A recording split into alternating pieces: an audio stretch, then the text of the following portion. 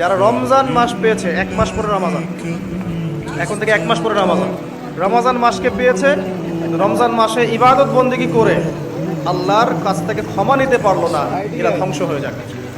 নাউজুবিল্লাহ।